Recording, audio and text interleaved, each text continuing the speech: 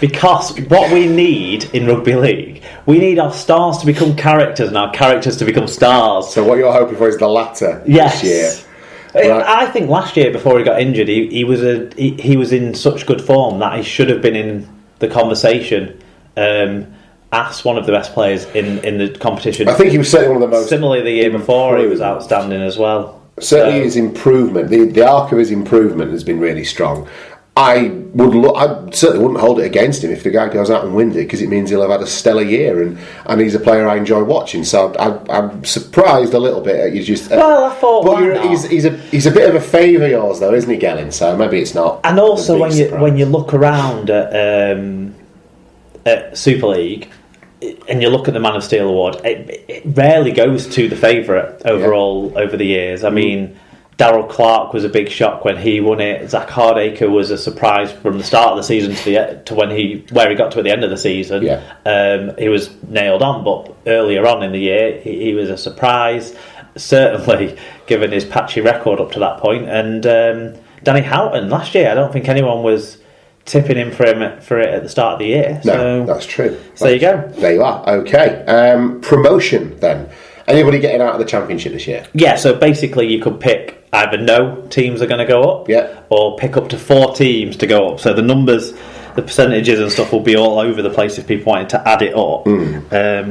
But actually, more people than not thought a team would go up, and most of them, over half of the people who casted a vote on this category, 56% of people think Hull Kingston Rovers are going to bounce straight back. They've got a very good chance. 32% thought no one would go up. Then the only other major vote getters were London, who 13% of people thought would get promoted, and Toulouse Olympique, 7% of people thought they would have a meteoric rise from League One to Super League in the year. No, I don't. I mean, I'm happy to see Toulouse in the Championship, and I think it's wonderful that these more expansionist teams are coming in. But I think they may well finish in the top 2 or 3, but I think pushing up against Super League teams would be where they would be found out. Well, that would eliminate them from being promoted for me. Opinion's pretty divided, as you'll find out when we get to the next point. But Fev, Halifax and Swinton were others to get votes. And that wasn't from a Swinton fan, I don't think. So there you go. Then the next category was relegated to League One. So on both of these, we're going to do a bit of a chat. I didn't give Bradford as an option to get promoted because I think it's impossible. It's not impossible, but it does involve basically winning every game we play, which we won't do. So you have to win every game you play to get in the top 4 based on previous seasons' points totals, and then it's still. I was only considering that, scraping in the top 4. No, that's not on the cards. Anyway, so I didn't give them as an option, especially because when we brought it out at the time, there wasn't a club.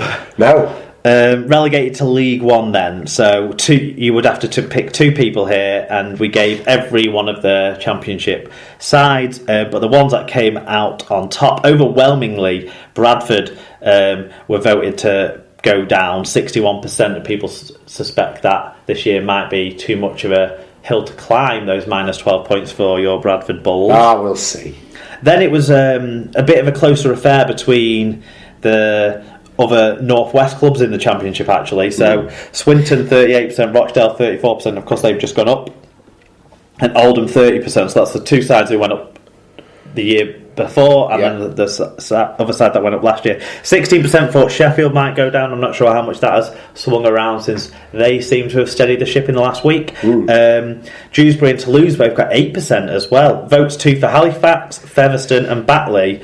The only teams who weren't receiving any votes to get relegated were London and Hull Kingston Rovers, and they're very sensible bets, I would say. We'll cover who we picked a bit later on, if you remember. Well, I certainly didn't think I don't think Bradford are going down. Championship Shield glory, mate. Toombs' his first piece of many trophies. Many trophies for Toombs. And then promoted to the Championship. So obviously this is the League One sides. We picked a list of those most likely. The only team outside of the list that we created to get a vote was Newcastle. But then 90%, a massive 90% of people who took part in the survey thought that the Toronto Wolfpack, the very impressive full-time Canadian transatlantic outfit would get promoted this year. Yeah, I think it's a pretty safe bet too. Yeah, unless they have an absolute mare in 2 promotion finals in a row. It would be a shock. Barrow came in next at 24%, but they were followed very closely by Doncaster on 23 and Whitehaven on 21. So it'd be interesting to see that battle as it develops during the season. Keighley got 18%, Workington 10% of people thought they might bounce back. Hunslet and York got 7% of votes. Yeah, that all seems pretty legit, really, doesn't it? It's the most, if anything, it's the most sensible of all of some very sensible the poll choices there, I think. It is. That sort of reflects, I kind of imagine how the season's going to pan out, to be perfectly honest. That's almost putting those teams in order for me. Maybe York a little bit higher up, but apart from that. It's certainly a good run there. I just want to thank everyone who got involved in the poll. Obviously, we've got some of the views that people gave for their own sides. Not everyone left answers to all the questions, not everyone left the wordier answers at the end. That's okay. Get involved as much as you want to get involved. We appreciate everyone who supports the show. And we've got the Say What coming up later on. Yeah, they're going to be a bit of fun. Strap yourselves in. Okay, right, now then, let's take a look at our team by team Super League previews.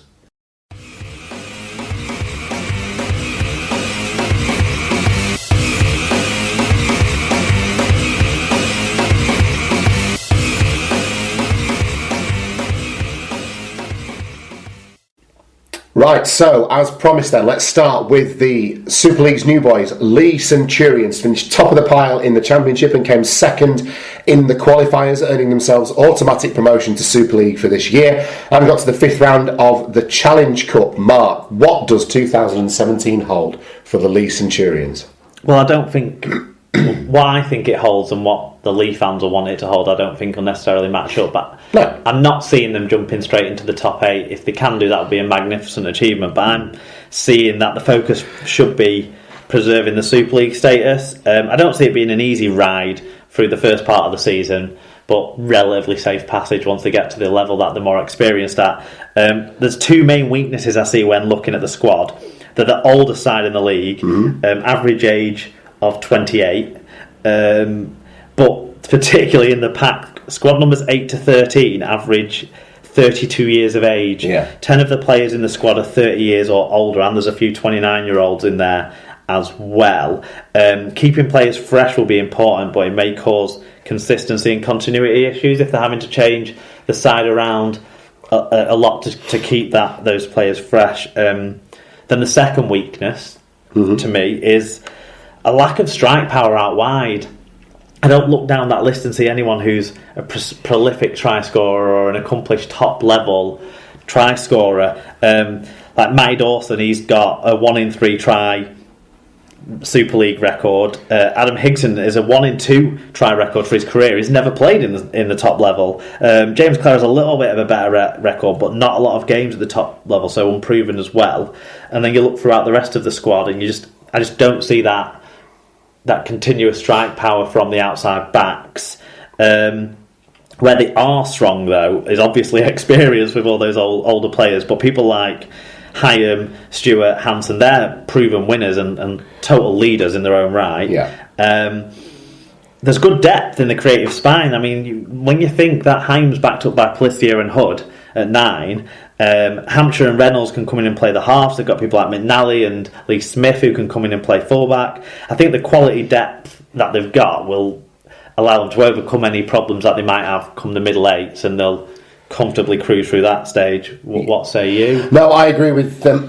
Excuse me. I agree with the vast majority of what you just said. I think it's going to be a massive step up to Super League for Leigh Centurions, and were it not for this big experienced pack, I think they would struggle. I actually see the relative age of that pack as a bonus for the Centurions in terms of this pack have been there and done it in Super League. They are covered in battle scars. They know what's coming. The Super League is not going to be a surprise to these guys. When you look at people like, admittedly, Hockenheim, who were on the sort of the wrong side of 31-32, you'd say, I'm not too worried by that. I think Mickey Hyam has got 1 season left in him, and then I think that'll be the end for him, and he's ably going to be replaced by someone like Eloi Pelissier, as you said. So I'm not too worried by that. Not a lot of kids in the side is something you could really say about Leigh for a long time. It's not been a policy at Leigh Centurions to develop a youth setup. It's been a policy to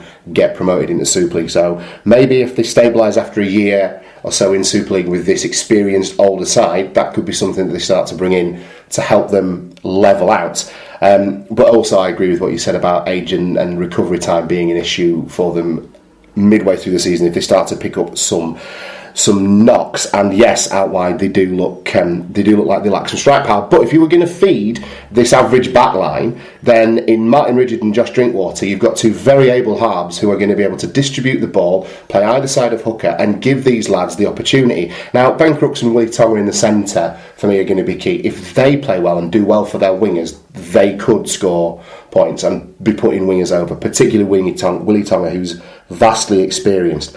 I suspect that they'll have the surprise factor this year, and then in 2018 that's where they'll struggle recruitment depending. So I agree with you. I don't think they're going straight into the top 8. I've got them pegged as finishing 9th in the regular season and actually remaining pretty much there, first in the middle 8. So I think they are certainly stronger than 3 other Super League teams, looking at them on paper, and they're very well coached. I'm impressed by the job Neil Dukes has done as well. So good luck to Leigh. I think they'll have some surprises on the way and an entertaining season in store.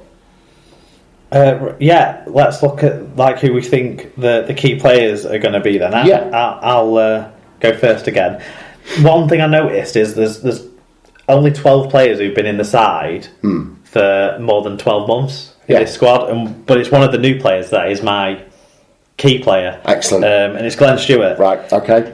Now, going throughout this, I've got different reasons along the way why I picked key men and rising stars and that sort of thing. Mm-hmm. But I picked Glenn Stewart as the key man for Leigh simply because he's their best player.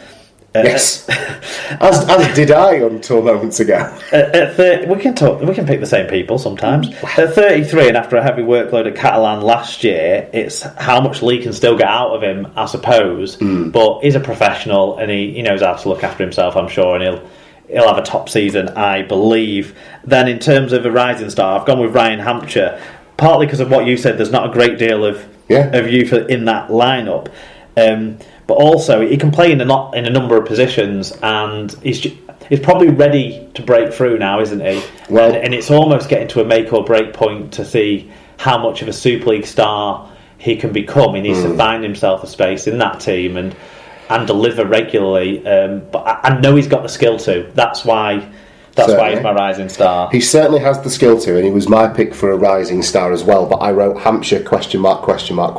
Because I wonder if his utility is a weakness, or he perceives his utility as a weakness, because coaches can use him in a lot of different positions, but there's only really one position Ryan Hampshire wants to play, and he seems to make it fairly obvious for me that he doesn't see himself as a fullback.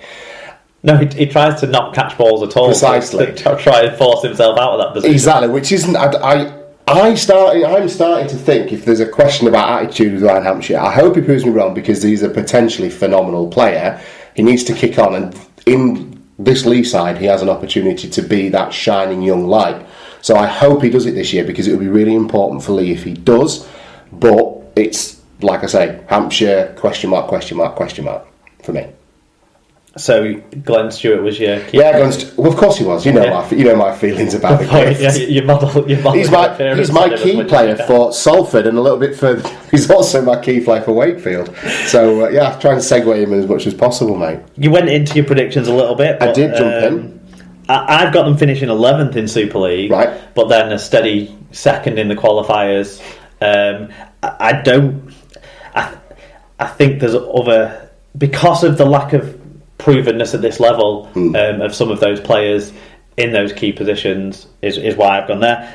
Cup 6th round, I don't expect anything from them in the Cup this year. No, I think they'll sacrifice the Cup as well in their own minds in exchange for a decent league performance. Fan predictions. Who got in touch with us? Well, I got one, and it's Mitch's brother, Sam Brown. I'm not sure if it's a he or a she, but Sam Brown thinks that Leigh will make the top 8. There you go. Is the prediction there. So thanks for getting in touch and on board, Sam, and I hope for you the prediction comes true. Fantastic. Right, let's take a look then now at the Salford Red Devils, Mark. Tell us about these boys. So in 2016, everyone will be aware that they finished 5th in the qualifiers after a 10th place in Super League, which was led by the points deduction. They would have squeaked 8th without it, just about.